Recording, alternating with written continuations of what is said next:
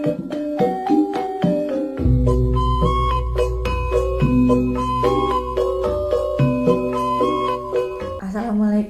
Mbah Doyo. Waalaikumsalam warahmatullahi wabarakatuh. Ingin belajar bareng sama Mbah Doyo tentang kebudayaan Jawa. Nggih. Kebudayaan Jawa. Iya. Yang dimaksud kebudayaan Jawa seperti apa? Bagaimana cara mendekatkan diri kepada Gusti? Apa bisa dengan melakukan semedi? Ya. Sebagai orang Jawa tentunya salam rahayu, rahayu, rahayu. Kalis nirsan juga. Bagaimana kita mendekatkan diri dengan secara semedi itu sangat bisa dan sangat dianjurkan. Karena kenapa?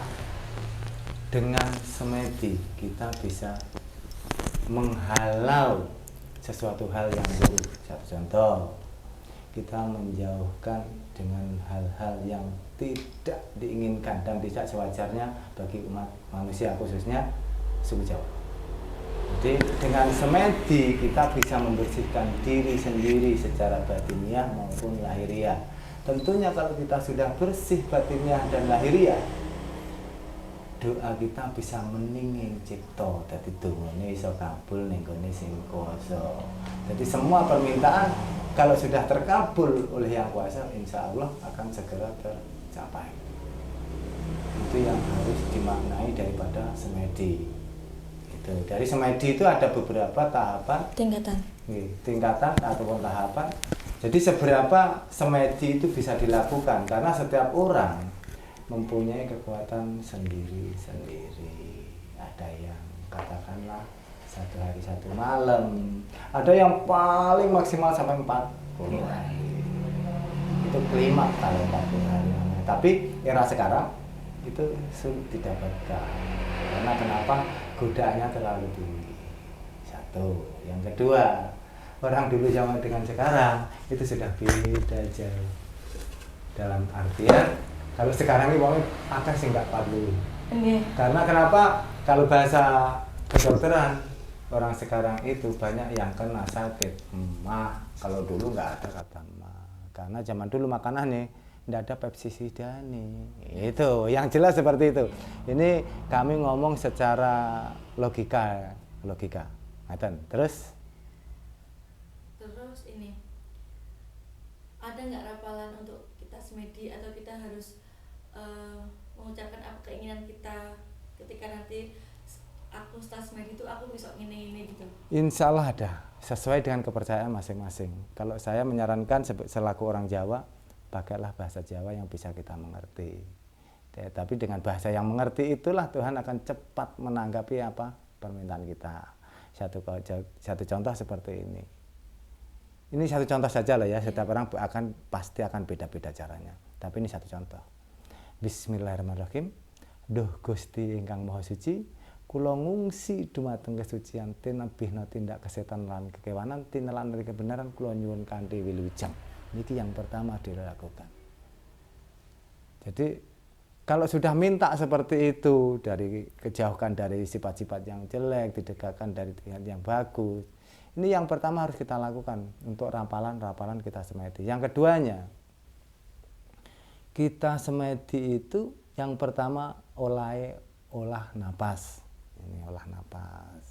Jadi tarik napas dalam hidung, pikirkan apa yang dipikirkan, dibuang lewat mulut. Ini secara logika. Ini secara badaniah, kita semedi itu seperti kita itu bertapa. Bertapa juga ada tingkatannya, dari yang terdekat sampai yang terjauh, dari yang tercepat sampai yang terjauh. Jadi kalau kita yang tercepat, kita cukup nenggone tempat kita masing-masing, seperti di kamar, sentong tengah dan lain sebagainya, itu yang tercepat. Jadi dimanapun sebetulnya bisa kita melakukan semedi. Ada kalau orang dulu ada semedi nyepi, ada semedi ngrame. Apa itu semedi ngrame? Ya macak kaya wong gendeng kae, kayak semedi ngrame namanya. Kalau semedi nyepi, ya kita duduk sesuai dengan aturan kita, bersila. Jadi memegang hati kita seperti ini. Caranya seperti inilah, dipegang hati ini gini. dicekel atine, ditutup kupingi. Dan ojo pisan-pisan selagi semedi itu membuka mata. Karena mata itu pusatnya godaan. Jadi kalau semedi berdoa, tutuplah matamu, tutuplah telingamu, ceklen hatimu. Ini yang terpenting. Itu. Semedi sama ngebleng itu sami nggih, Mas? Sami, cuma bahasa yang membedakan. Oh iya. Semedi topo ngebleng sama. Itu cuma bahasa yang membedakan. Itu bisa dilakukan di hutan? Bisa. Tujuannya apa toh semedi itu? Bisa mengheningkan cipta. Paham ya? Menghening. Kalau kita itu nenggone tempat seperti di hutan, otomatis kan sepi. Gitu. Dari kendaraan ada orang lewat dan nenek bengek. Jadi godaan itu minim gitu loh. Masih di Sentong kan godaannya juga minim karena kita juga tidak melihat jalan, tidak melihat apa-apa. Enenge pengen meningi cipta. Jadi interaksi karo sing gawe urip ben mening ciptane. Kita ndak bakalan bisa interaksi dengan Yang Maha Kuasa kalau kita ndak bisa meningi cipta. Harus mengosongkan pikiran kita cuma satu tujuan, bagaimana kita bisa interaksi dengan Tuhan. Itu caranya. Tapi yang didapatkan pasti beda-beda sesuai dengan tingkatannya. Itu pasti. Ngeten. Sangat dipahami, mudah-mudahan teman-teman yang ada di luar sana lebih tercerahkan dengan hal-hal yang saya sampaikan ini.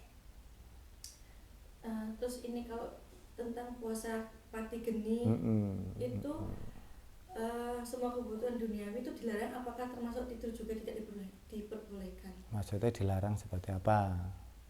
Satu contoh puasa pati geni gitu ya. Puasa pati geni itu relatif dengan 1 hari 1 malam. Nggih? Paham nggih? Dengan relatif 1 hari 1 malam. Namanya poso geni itu namanya geni. Geni itu panas. Jadi menghilangkan sesuatu yang sifatnya panas itu sebetulnya arti dan tujuannya. Jadi poso pati geni. Jenenge pati geni. Jadi mateni geni. Jadi hawa-hawa kita yang sifatnya panas atau bahasa kerennya apa jenenge? Atau saya sampaikan amarah itu dibuang, ditepikan. Itu jenis poso pati geni. Jadi dengan adanya puasa diharapkan amarah kita itu bisa terbuang jauh. Namanya poso pati geni. Lah di kanteni ora mangan, ora ngombe, ora turu. Sedama sedina sewengi itu yang paling pendek. Namanya poso pati geni. Pati geni kuwi artine mateni geni, ora ngempusi geni di pawonan tidak, tapi geni api yang ada di diri kita. Itu amarah kita dimatikan. Jadi kalau bisa bukan cuma 1 hari 1 malam, selamanya selagi kita masih hidup. Itu waktu yang baik untuk melakukan waktu hari apa? Maksudnya ketika netiron kita atau gimana? Ya. Kalau menurut saya pribadi, ini saya pribadi ya, bukan yang lain gitu. Itu saya melakukannya pas dikala weton kita. Itu yang terbaik. Karena kenapa kok di weton kita? Karena pas kita itu lahir ke dunia ini. Kalau masih dalam kandungan untuk apa masih dalam kandungan? Kalau karena kita sudah ada di dunia, kita interaksinya di setelah weton. Nah, weton itu yang paling terbaik. Nah ini kan saya kan juga orang awam. Seumpama atau saya Rebo Wage. Nah itu yang baik mulai puasanya 24 jam itu malam Selasanya atau ketika Rebo Wage? Berarti ya pas sampean di Selasa malam itu sampean setat. Berarti jam lahirnya gitu? Iya, kan itu kan sampean lahir gitu loh. Jadi seandainya sampean itu lahir pagi, setatnya juga pagi. Jadi ibaratnya Selasa pagi itu loh. Selasa pagi sampean setat pati geni dan besok diakhiri Rabu pagi. Iya, dini hari. Itu namanya puasa pati geni. Yang paling baik adalah puasa weton itu. Pati geni itu di weton. Karena itu menciptakan ibarat bayi itu kan kertas putih ya. Belum ada tulisan apa-apa. Kita menulisi di diri kita sendiri karena yang menguasai diri kita sendiri itu ibarat kertas putih. Jadi kita hilangkan amarah-amarah yang tidak berguna itu dengan sanepane pati geni gitu loh. Jadi mateni geni yang ada dalam diri kita. Geni itu amarah.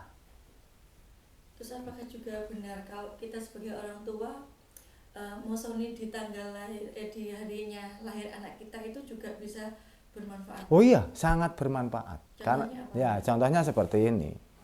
Contoh kelahiran anak kita itu sangat bagus karena kita itu menulis si anak kita yang masih seperti kertas putih.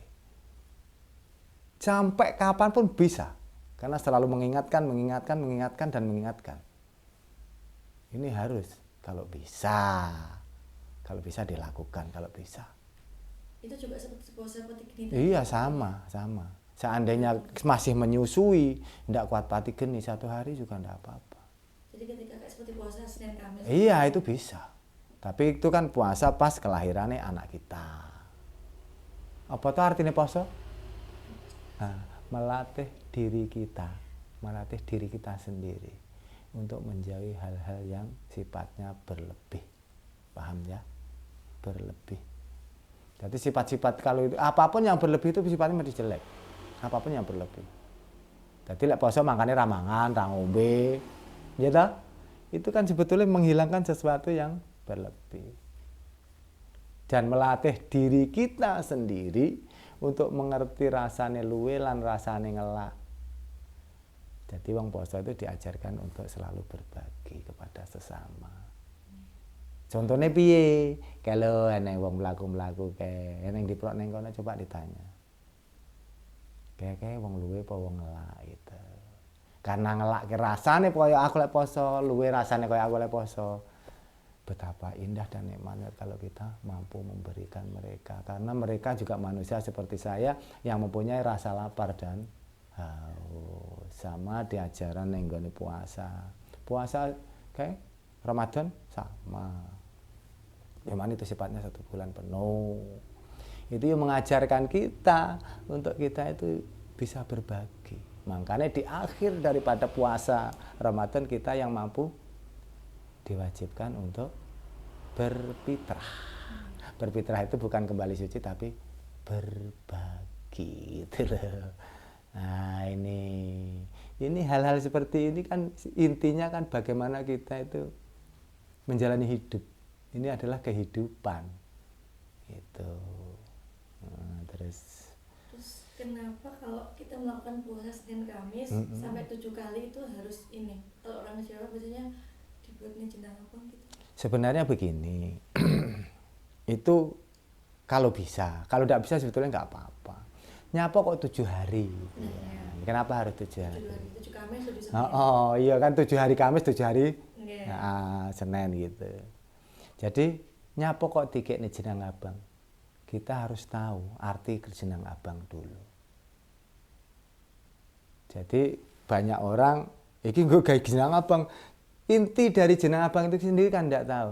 Bahwa ingatlah wahai manusia bahwa kalian itu terjadi karena 2 zat, dari putih dan merah.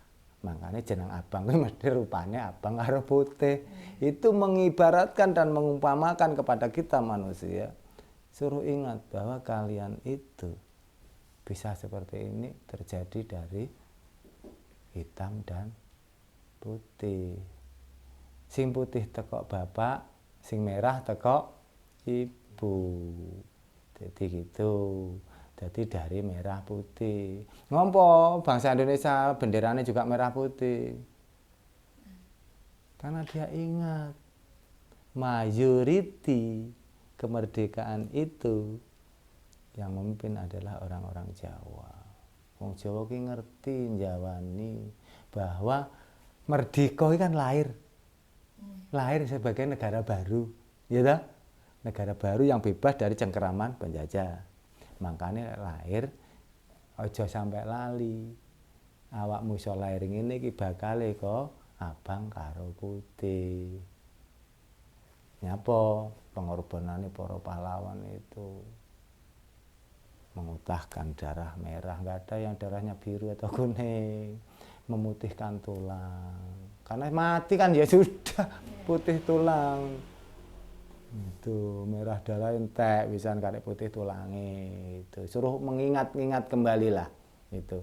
Kenapa harus 7 hari? Sebetulnya bukan cuma 7 hari. Setiap hari juga enggak apa-apa karena mengingatkan kita. Tapi lek bendino kan yo kok bendino men ya? 7 hari kan memang kita itu punya hari kan 7, punya pasaran 5. Makanya diambil 7 Senin, 7 Kamis. Apa to 7? Tujuan. Pitulungan. Jadi alangkah baiknya kalau kita sudah berpuasa 7 Kamis, 7 Senin, nyapa dikene kembang jenang abang. Biar nantinya melahirkan permintaan itu seperti kita itu lahir tidak lupa akan asal usul kita. Itu pasti dibarengi terima kasih Tuhan, karena Tuhan telah memberikan kekuatan kepada hambamu ini untuk menjalankan puasa Senin Kamis. Kalau tidak disertai dengan rasa syukur, percuma saja. Yang terpenting itu rasa syukur itu.